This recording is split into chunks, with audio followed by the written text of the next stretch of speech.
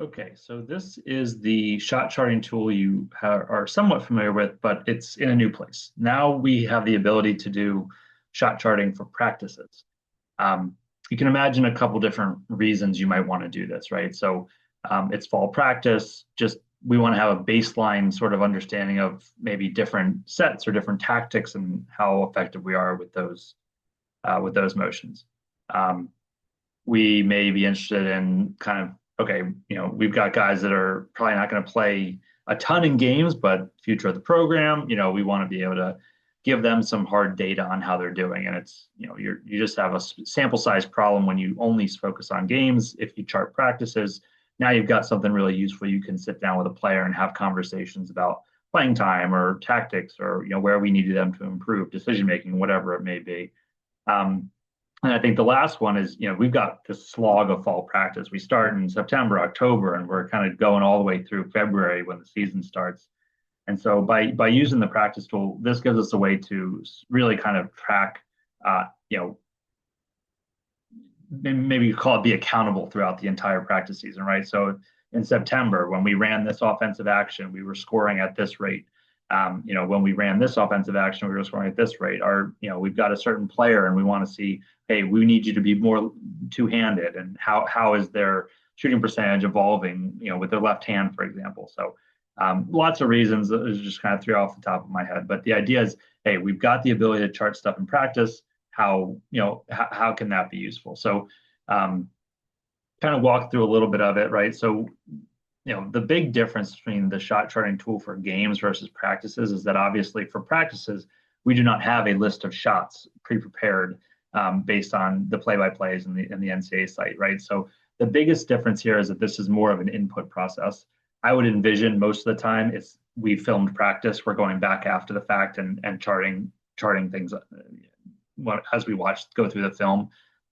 For step one is just to create a practice, right? So we just need to know what date we're on. I mentioned some of the trend and longitudinal stuff. Knowing, step one is just what day were we talking about. And so once we've got that done, now we've got sort of our blank setup. Right now, there's no shots in here. And again, the big difference between the game tool and the practice tool is that you actually input those things. So from a general structure perspective, we walk through getting the practice set up. Right now, we've got nothing in here. It's pretty straightforward process, right? It's designed to use jersey numbers since rosters are not up yet. These players are not in the NCAA site. They don't necessarily have a efficiency record in the database yet. So I've set it up and designed it just to use jersey numbers. So you would just say something simple like, okay, our shooter was 15. It was a goal. Now we've got a shot, right? Let's say, okay, now next shot is 18, goalie's the same. This one was a save, right? So now we've got two shots. And we just kind of walk through it in the same way, in that way. So you don't have to put in a goalie. It will still work without it. You have to put in a shooter. You have to put in the result. But once you've done that, you can go down here, and this is what you're used to from the team or from the game section. So right, so we're currently tied to this shot, and we go and we can say, okay, where was it on the goal? This was our saved shot. So we'll say, okay, it was from the sort of that right side, and it was right-handed goalie. We'll say stick side in the middle, and now we've got that shot tagged. The other piece that you're familiar with is all the different sort of standard tags. What was the scheme that we were in? What offensive set were we running? Transition versus settled.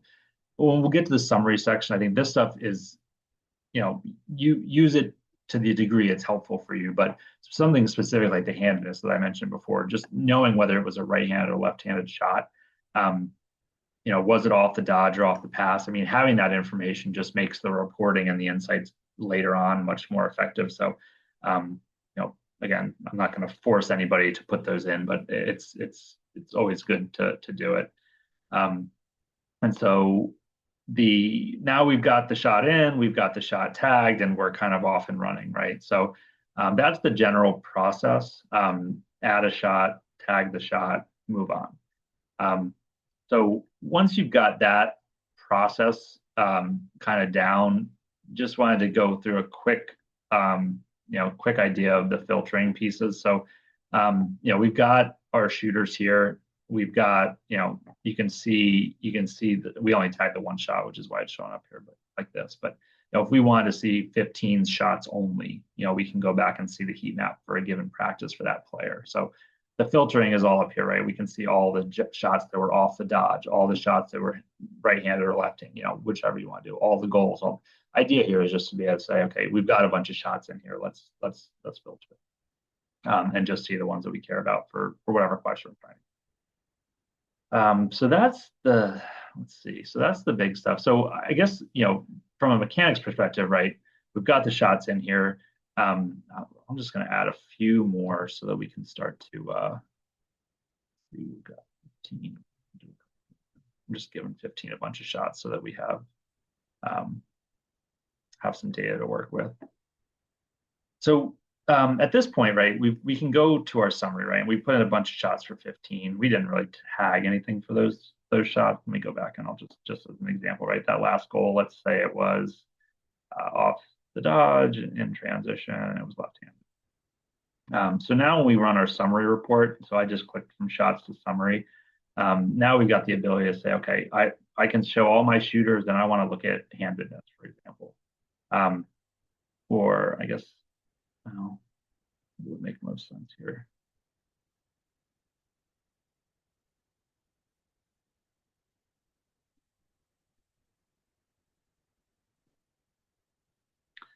Okay, yeah, so this is a good example, right? So this is just kind of showing us our the data that we entered, right, is right-handed. So we said no, it was a left-handed shot. Now we've got the shooting percentage for that. The left-handed versus the ones where we just didn't enter it. Again, if you tag everything, you'll have a right-handed, left-handed, yes, no. We can also see how they break out by whether it was transition or not, right? So the split is the number distribution, whereas the outcome is the shooting percentage. So again, what we're showing here is that we shot 100% on transition goals, or when it was a transition opportunity, and we shot 100% left-handed. Again, you can get a sense for if you fill this out, if you're tagging every shot, you're going to have a big sample of data to show what the trends are. And again, the idea of being able to show it by shooter plays into that as well. And I think that's a big part of it. Now, again, if I deselect that, and to be clear, you can see all the shooters, right? So the idea is that we should have a pretty good summary session or summary overview of everything in there. The other piece is this season versus practice, and I just tagged the 2 shots, right? So the one practice. So we're just getting into this, but this practice versus season will allow us to flip between looking at the entirety of the season versus or the entirety of the practice season versus just an individual practice. So once you get into the question, okay, now we've got 10 practices in here. We want to see what the heat maps look like for an individual player. Now we can do that. And it's not just going to be for that one practice, but it'll be for the entirety of the season. So again, from a sample size perspective, that's really helpful because we're starting to think about how a player, you might have 10 shots in a given practice. That's not obviously that useful. And if you're having to look practice by practice, you're going to be it's more helpful when we can consolidate everything. So that's that piece. Again, I mean, this is for the entire team right now. We can filter it by a shooter to see just one guy's numbers as well. So that's the practice versus season. There. The last piece is the sort of the heat maps display. So what you're looking at here is this is just 6 shooters at a time. Again, by jersey number, what are the summary stats, and then what's the heat map, right? So if you think about, hey, let's sit down, we're a month into fall practice, it might be a good time to go through and have those individual conversations with players and look at what the heat map looks like, what their overall numbers are like. If there's more than, obviously there's more than 6 shooters, so if there's more, there will be you can go see the kind of the next page. And again, the overall shots, right? We know whether it was a goal, whether it was a miss, so we can have these summary numbers even if we didn't tag anything on the heat map. That's why you're seeing no map here with the shot chart there. So just click that LR research and that'll get you to the heat map. So a couple of the sort of just real tactical things. There's 2 pieces that are not sort of standard from a tagging perspective. One is the sets, right? So the way I envision this is that if you're running a certain motion, right? We're running a certain play or whatever the case may be, you can sort of define those here and say, okay, I have a new set. It's called motion. We'll abbreviate it as MOTN, and then we'll add that. Now that's a third option that we can choose from our list. I got there by just clicking that year box. And now when I go and I'm tagging shots, I can say, okay, it was okay, it was motion, right? Now when we go back to that summary, offensive set becomes an option there. We can see what the shooting percentages look like. If you're tagging shot quality, you can do the same thing and see what the average shot quality was for those different sets. So adding offensive sets, I would definitely recommend, just because, again, a big part of this is not just creating a heat map, it's also being able to say, what do the shooting numbers look like when we're in this offense versus that offense, when we're in transition versus settled? And offensive set was one that was a recommended sort of custom add. The other custom component to this is this idea of custom tags. So shooter trajectory is the sort of the canonical example, right? So we might want to know, hey, what's our shooting percentage when we're up the alley versus kind of question mark, whatever it is that, and the way that you think about that. So I've put one in here just as that shooter trajectory category. And so, we could say another one like, question mark.